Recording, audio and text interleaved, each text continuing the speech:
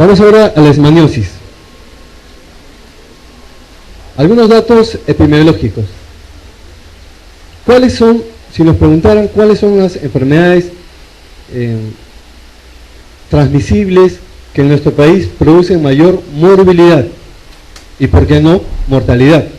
Tienen malaria, en primer lugar, tuberculosis, en segundo lugar, y en tercer lugar está leishmaniosis. ¿Qué otro dato? Es la segunda enfermedad endémica de tipo tropical. Estamos viendo ahí, es un protozoario flagelado. ¿Qué forma tiene? La forma de una S. Tiene un núcleo y en uno de sus extremos un núcleo plasto, donde está la información genética del parásito, y de ahí emerge el flagelo. Acá, este es un promastigote o un amastigote. El flaquito, el delgadito es un promastigote, el gordito es un amastigote. La familia es Trypanosomatidae, género Leishmania, lo único que tenemos que recordar. Género Leishmania y familia Trypanosomatidae. Tienen ahí el promastigote, el flaquito, curvilíneo, que parece una S, y un extremo está en el nucleoplasto y emerge el flagelo. Es la forma infectante. El gordito tiene el flagelo incorporado, y ahí sigue el nucleoplasto, y es la forma diagnóstica. Eso no pueden olvidarse. Forma infectante, promastigote. El mosquito va a inocular esta forma del protozoario. Y cuando chupa la sangre, cuando aspira, ¿qué va a aspirar? Va a aspirar a mastigote, que viene a ser la forma diagnóstica. Algunos datos del vector. En este caso es la lutzomia. Acá en este lado del mundo, en América, se le conoce como lutzomia, pero en Europa, Asia y África como Phlebotomus. Tiene dos nombres. Este mosquito en las zonas tropicales está durante todo el año, y en las zonas templadas solamente en los meses de verano. ¿Qué géneros tenemos en el Perú? Ya han escuchado el peruensis, ayacuchensis, verrucarum, ya hay más, pero estos son los más importantes. ¿En qué zona está el peruensis? Huarochirique es Lima, Otusco es La Libertad, y Bolognesi, ¿dónde está Bolognesi? En Ancash. Ayacuchensis, Lucanas y Paranyacocha, que está en Ayacucho, y Verrucarum, Bolognesi, nuevamente Ancash, y Huarochirí, que está en Lima, ¿verdad? Vamos ahora a repasar el ciclo biológico. Acá está, aquí en este lado está el mosquito. Es un mosquito que tiene en sus glándulas salivales, ¿qué tiene? Promastigotes. Están localizados en las glándulas salivales del mosquito. Pica a la persona, ¿qué va a inyectar? Inyecta promastigote. Entonces el promastigote es la forma infectante. Vamos a ver por pasos qué sucede en la sangre. En la sangre de la persona que está siendo infectada. Ingresan los promastigotes y van a ser fagocitados por los macrófagos. Después, este promastigote se convierte en amastigote dentro del macrófago. Dentro del macrófago se produce la conversión promastigote en amastigote. Sigamos, el amastigote se multiplica. Empiezan a formarse muchos amastigotes. Acá siguen formándose, siguen multiplicándose los amastigotes, hasta que llega un momento que ya el macrófago revienta, explota, y se liberan los amastigotes y vuelven a ser fagocitados y a infectar los macrófagos. Acá tenemos los herborios. Se ha visto en la sierra, está el perro, están los roedores, con el hombre también considerado como reservorio. Luego, ¿qué sucede cuando el mosquito pica a la persona infectada? Acá tienen, para que se recuerden, el mosquito tomando su sangrecita. Con eso se van a recordar. Está tomando su sangrecita. ¿Qué está aspirando? Está aspirando amastigotes. Las formas gorditas. Amastigote. Entonces, con esto no se van a olvidar. ¿Qué dice el mosquito cuando está aspirando sangre? Dice, a ver si me sale, mastigote. Con eso ya no se olvidan. Amastigote. Luego, este amastigote pasa al intestino del mosquito. Y en transcurso de 10 días y luego ya llega a donde finalmente va a llegar, a las glándulas salivales. Ahí va a estar ya, en el momento que pica a la persona, va a inocular, ¿qué forma? El amastigote nuevamente en el interior del mosquito se va a convertir en promastigote y se va a depositar en las glándulas salivales como promastigote. Si no ha quedado bien claro acá, a manera de resumen. Número 1, promastigotes que ingresan a la sangre de la persona son fagocitados por los macrófagos. Luego en el interior de los macrófagos se transforman en amastigote. El flaquito se convirtió en gordito. Y luego se multiplican hasta que se rompe el macrófago. Luego el flebótomo, al picar a la persona infectada, ¿qué está aspirando? Está aspirando amastigotes. Los amastigotes se transforman ya en el intestino del mosquito en promastigotes y se van a localizar en las glándulas salivales listos para ser inoculados a otra persona. Veamos las formas clínicas. La UTA es la forma más frecuente que tenemos en la sierra. La UTA. Esto puede ser pregunta difícil de examen. ¿Qué altura? Entre 1200 a 3000 metros sobre el nivel del mar. Esa es la altura. La vertiente occidental y los valles interandinos. Es una zoonosis. El agente etiológico es la Leishmania peruensis o peruviana. El reservorio ya lo hemos mencionado. Y clínicamente, ¿qué destaca? ¿Qué destaca de la UTA? Que se va a manifestar ¿de qué forma? En forma de, ven en el rostro de esta niña, nódulos. Y esos nódulos después se van a convertir en ¿qué? En úlceras. Y esas úlceras, ¿qué parecen? Acá les recuerda un cráter lunar.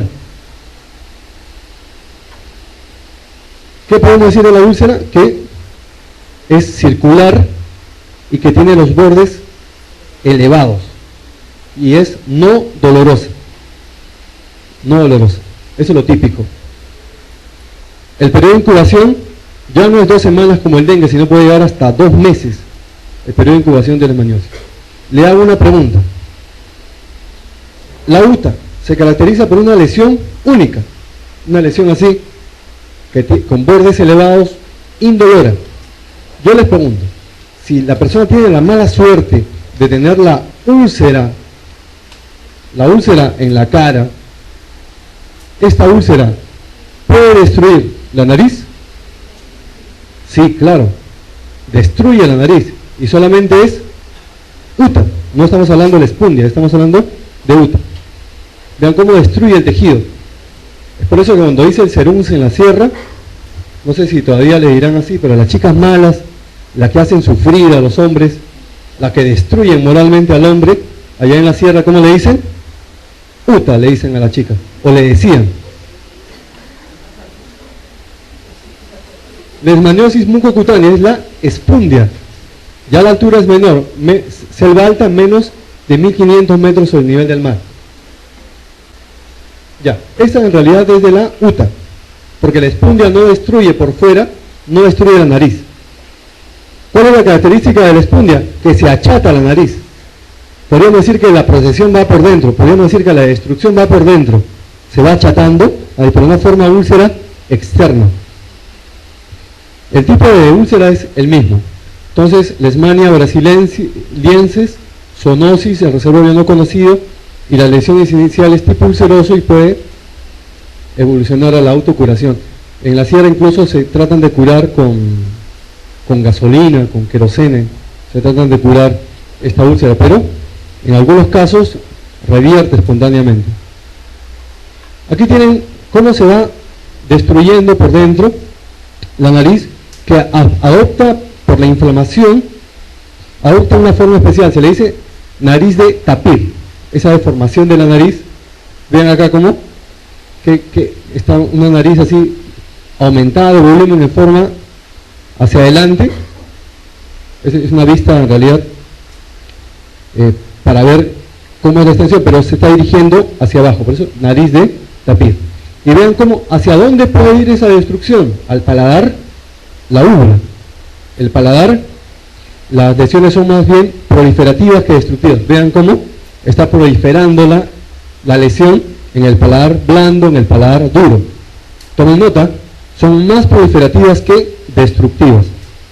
Y en la úvula puede hipertrofiarse, ulcerarse o destruirse. ¿Listo? Entonces no se olviden, la espundia achata la nariz. En cambio la uta destruye la piel de la nariz. Esa es la forma más severa de leishmaniosis. Se conoce como el Kala-Azar, que significa fiebre negra. Está cerca en Brasil, lejos en la India y en Sudán. Kala-Azar, leishmaniosis visceral, que algunas veces puede ser confundida con SIDA, por VIH. El agente etiológico es Leishmania donovani, es una zoonosis y el reservorio es el perro. De acá, fiebre negra, ¿por qué? Porque hay hiperpigmentación. Tengan en cuenta esos 4 signos o síntomas. El paciente va a estar hiperpigmentado, va a tener fiebre con anemia. Fiebre con anemia y se encuentra el vaso grande, esplenomegalia. También en el laboratorio hay una triada: pancitopenia, albúmina baja sérica e hipergamma globulina policlonal. Esa es la triada de laboratorio. Hay complicaciones, puede desarrollar insuficiencia renal aguda por glomerulonefritis de tipo inmunológico, por formación de inmunocomplejos. Amiloidosis, la mortalidad es alta si no hay tratamiento. Vamos al diagnóstico. ¿Cómo hacemos el diagnóstico? El diagnóstico es, utilizando el colorante de Jensa o Romanowski, demostrar la presencia de amastigotes, que es la forma de diagnóstico. Y esto, no sé si se acuerdan o les han enseñado los cuerpos de Leishman-Donovan, que son amastigotes dentro de macrófagos. Esos son los cuerpos de Leishman-Donovan. Pero actualmente ya hay otros estudios, otras pruebas de laboratorio.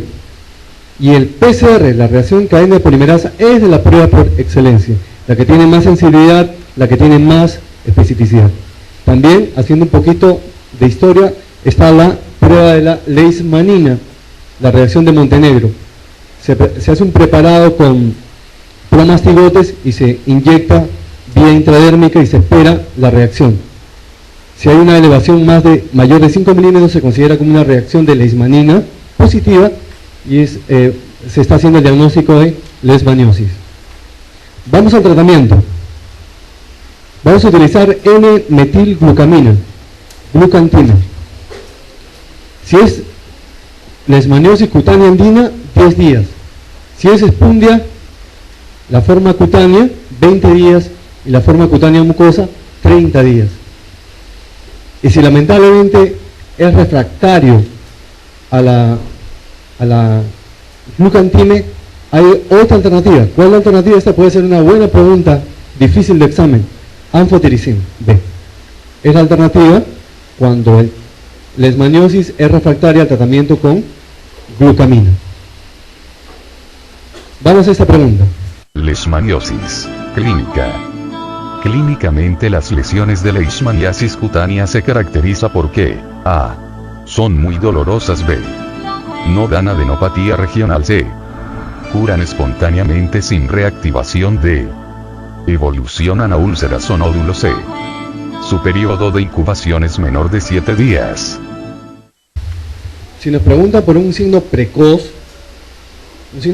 es justo la adenomegalia regional, va acompañando a la úlcera. Por si acaso, es un signo precoz. Desde que parece ya formarse la úlcera, ya hay adenomegalia regional. Obviamente podría haber una controversia. ¿Puede curar espontáneamente? Sí, pero los más o los menos. Es en menor porcentaje, por eso esa no es la respuesta. Podría ser la respuesta, sí, pero no es, porque no es lo más frecuente. Y el periodo de incubación, vean, está ahí la alternativa, periodo de incubación menor de 7 días, en realidad están hablando de dengue. Acá es de 2 semanas hasta 2 meses. La respuesta evoluciona a úlceras o nódulos. Y recuerden que la úlcera destruye la piel, el cartílago de la nariz. Acá hay otra, esta también es interesante. Leishmaniosis clínica. En la leishmaniosis visceral, Kala-Azar, es común observar los siguientes hechos. Excepto A. Fiebre. B. Adenopatías. C. Esplenomegalia. D. Leucocitosis. E. Anemia. ¿Cuál es la teoría del laboratorio? ¿Se acuerdan? Pancitopenia más hipolinemia más hipergamaglobulinemia policlonal. La respuesta, leucocitosis. Esa pregunta es del mío.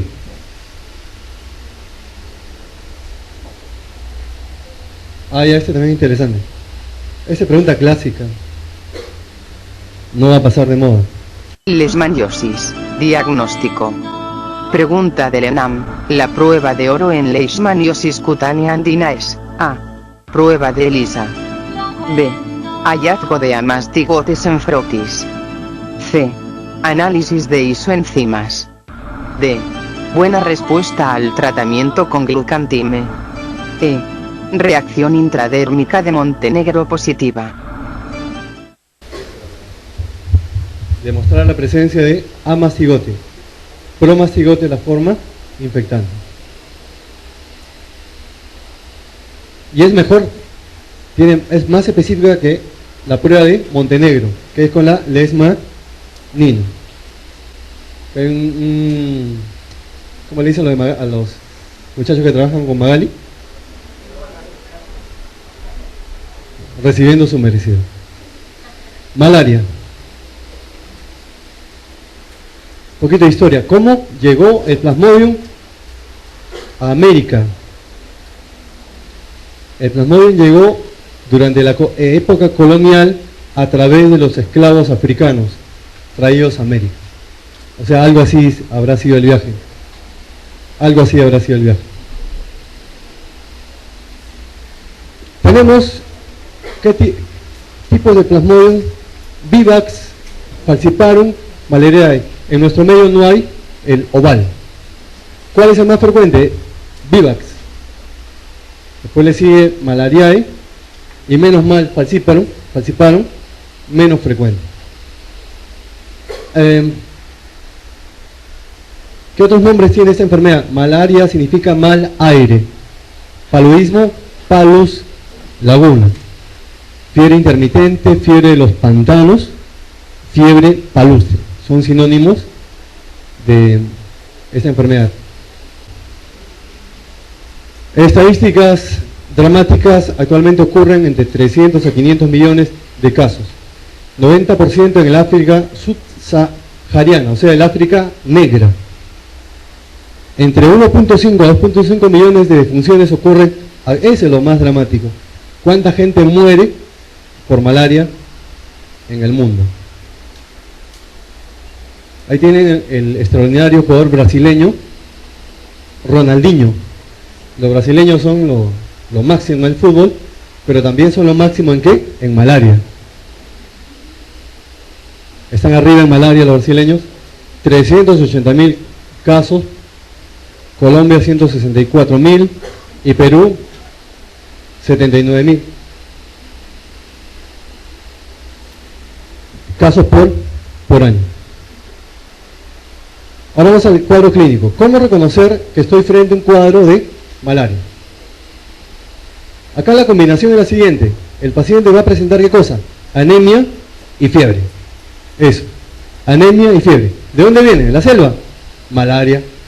Pero si yo les digo, y esto también es pregunta de examen, tiene anemia y fiebre, pero no viene de la selva, viene de Andahuaylas. ¿Cuál es el diagnóstico? Vean cómo cambia, es anemia y fiebre, pero viene de Andahuaylas, bartonellosis. ¿Qué más acá? Otra. Puede ser esta. Viene de la selva, ¿ya? Y está presentando de hace una semana, me dice, tengo fiebre todos los días, y tiene fiebre y anemia, ¿plantearían malaria? Fiebre todos los días y tiene anemia, y viene de la selva. ¿Malaria? Esa es otra cosa, no lo vayan a sorprender. Al inicio, la primera vez, la fiebre es continua, todos los días, no es en paroxismos. De tal forma que malaria está en el diagnóstico diferencial de TIG. Hay que hacer diagnóstico diferencial con fiebre tifoidea. Solo ya con la anemia es más marcada, ya va para malaria. Pero entonces hay que tener en cuenta, al inicio no hay paroxismo febril, la fiebre es continua. Pero cuando hay paroxismos terciana cada 2 días, vivax oval, cuartana cada 3 días, malariae. Cuando la terciana la produce vivax, se conoce como terciana benigna. La terciana también la puede producir el falciparum, se conoce como terciana maligna. En las formas crónicas va a haber esplenomegalia, se conoce como esplenomegalia tropical, más anemia, más hipergamma, globulinemia. Periodo de incubación de 1 a 3 semanas, un poquito casi parecido al del dengue, 1 a 3 semanas. Justo lo que le decía, el buen Gianmarco se puede confundir con Gasparín, es igual, malaria con fiebre tifoidea, pero al inicio. En el primer ataque, por cualquiera de las especies presentan fiebre diaria, no encontrándose la terciana o cuartana característica. Una vez vimos en una paciente que fue derivada de emergencia con diagnóstico de colestitis aguda, calculosa. La enviaron a la sala para disque el cirujano para que se enfríe la vesícula. Y tenía fiebre, pero con escalofríos marcados todos los días. Y no se controlaba con los antibióticos. Hasta que por ahí alguien tomó nota de dónde venía la paciente. Venía de Iquitos. Se le hizo una gota gruesa y ¿qué era? Malaria. Gota gruesa, frotis. ¿Cuál es el gold estándar actualmente para hacer el diagnóstico de malaria? Es gota gruesa. Pero cuando le hacemos gota gruesa, también se le hace frotis. ¿Por qué? Por lo siguiente. Gota gruesa, ¿para qué sirve? El colorante es Gienza. ¿Para qué sirve? Para decir si es o no plasmodium. ¿Y cuántos son? Es plasmodium y cuántos son. Pero no me dice cuál plasmodium es. Para eso, ¿qué necesito? El frotis. El frotis me va a indicar el tipo de plasmodium. Pero la prueba de oro actualmente es gota gruesa. Además, ¿para qué sirve? La gota gruesa me puede indicar si tiene leucopenia, si el paciente tiene trombocitopenia. ¿Qué voy a ver? Entonces, en el microscopio, ¿qué voy a ver? Estoy acá en mi gota gruesa. Voy a ver las formas en anillo. Luego esto vamos a complementar. Miren, la forma de anillo. Tienen a vivax, falciparum, malariae y oval. ¿Cuál de todos tienen muchas formas en anillo? Falciparum. Varias formas en anillo. Entonces ya reconozco, si veo varias formas en anillo, este es falciparum. Luego otra característica. ¿Cuál es la que tiene las formas en anillo más gruesas? Vivax y oval. Otra. ¿En cuál los globos rojos son más rechonchos, más grandes? Vivax y oval, pero principalmente oval. Globos rojos más grandes. Los gametocitos. Aquí el del falciparum tiene una forma de, ¿cómo le llamarían? Salchicha, o le llamarían también platanito. A esto de acá, yo le he puesto, no está así en el libro, porque me parece que tiene la forma de una oreja, vivax. Pero no es que esté en el libro así, forma de oreja. Vamos ahora a conocer o reconocer el anófeles. El anófeles también necesita de agua para realizar su ciclo biológico. Tiene la larva, la pupa, es parecida al ¿qué otro que hemos visto? ¿Qué otro zancudo?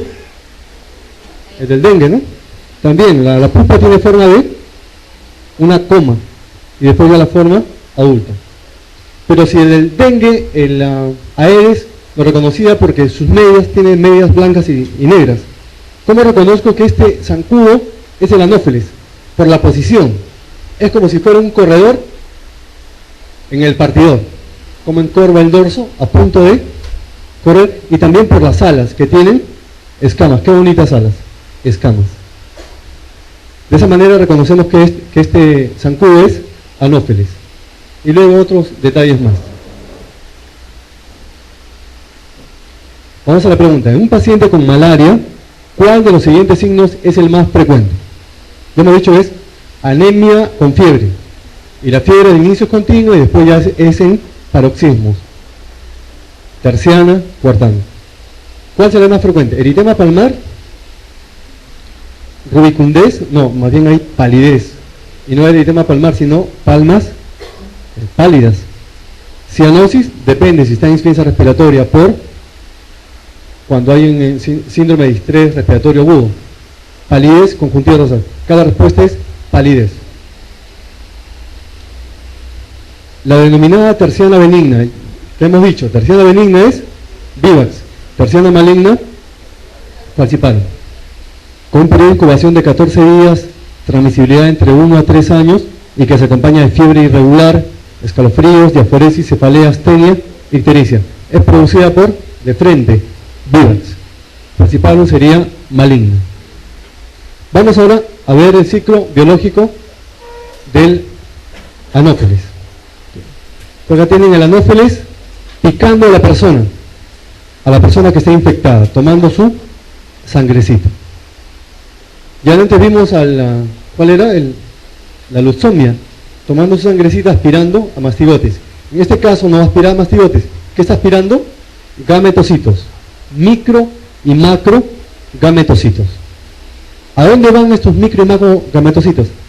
Al intestino del mosquito, del zancudo.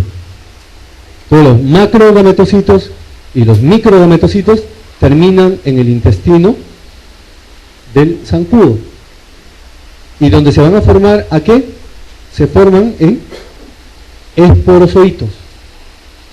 Pregunta de examen, ¿cuál es la forma infectante de malaria? Son los esporozoitos. ¿Y a dónde se van a localizar los esporozoitos? También en las glándulas salivales del Anopheles. Glándulas salivales del Anopheles. ¿Qué más podemos decir de esa fase? Es la fase esporogónica, ¿es sexual o asexual? La fase que se da en el mosquito. Es una fase sexual. Fase sexual se da en el intestino del mosquito.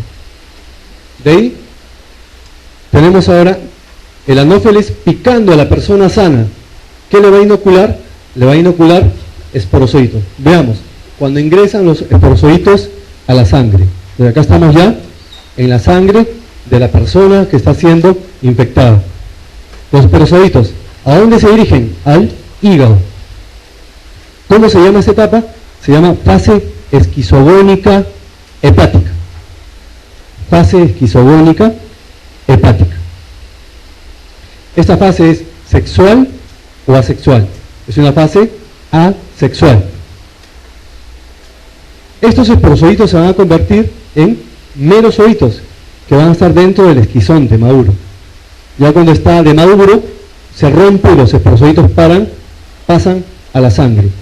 Es en ese momento cuando los merozoitos, el esquizonte se rompe y los merozoitos pasan a la sangre, es cuando se da la terciana, cuando se da la cuartana. Pero hay algunos flojos que prefieren quedarse en el hígado.